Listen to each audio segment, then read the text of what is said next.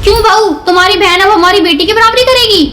नहीं मम्मी जी, आपने गलत समझ लिया। अगर मैंने गलत सुना है तो तुम खुद आकर सुन लो। मम्मी जी आप चिंता मत करिए, छोटी से मैं बात करती हूँ।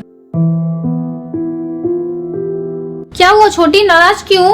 दीदी आपकी नंद को विदाई में सोने की अंगूठी मिली थी, मुझे भी चाहिए। छोटी वो सब हालात देखकर किया गया था, अभी वो सब करना मुश्किल है। दीदी हालात तब भी सही नहीं थे, फिर भी सब हो गया था ना।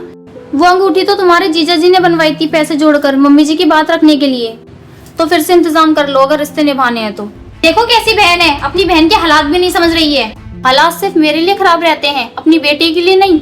इस घर की बेटी से कोई तुलना नहीं कर सकता, याद रखना।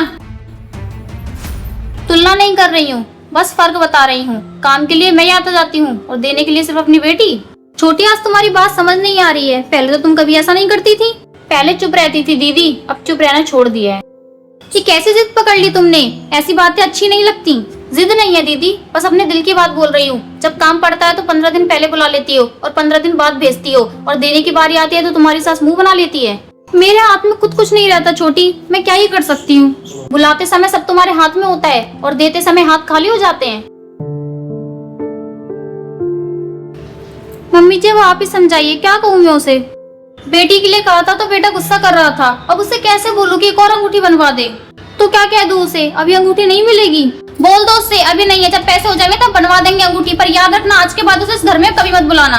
छोटी तुम अभी जाओ, हम बाद में भिजवा देंगे। बाद में क्यों, मैं भी अपने ससुराल जा रही हूँ। मैं अपनी सास को क्या दिखाऊंगी? मैं उनसे क्या बोलूंगी कि मेरी बहन ने मुझे कुछ नहीं दिया, खाली हाथ भेज दिया, मुझे अभी चाहिए। इससे क्या सवाल कर रही है? हमारी गलती है जो हमने तुझे बुलाया। हाँ अगली बार तभी बुलाना जब इज्जत दे सको, वरना मत बुलाना। दीदी अब समझ आया, छोटी हमसे नाराज नहीं थी, वो तो उस मम्मी जी को एहसास दिला रही थी कि रिश्तों में बराबरी होनी चाहिए, फर्क नहीं।